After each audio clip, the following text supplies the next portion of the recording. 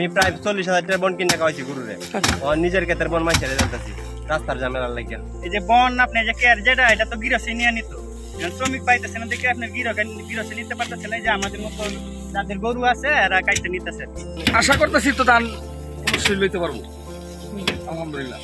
ধান খুব সুন্দর ফলন হয়েছে, দেখার মতন ফলন হয়েছে। আমরা আনন্দ পাইছি, ধান মারাইতেছি আমাদের খুব আনন্দ হইতেছে।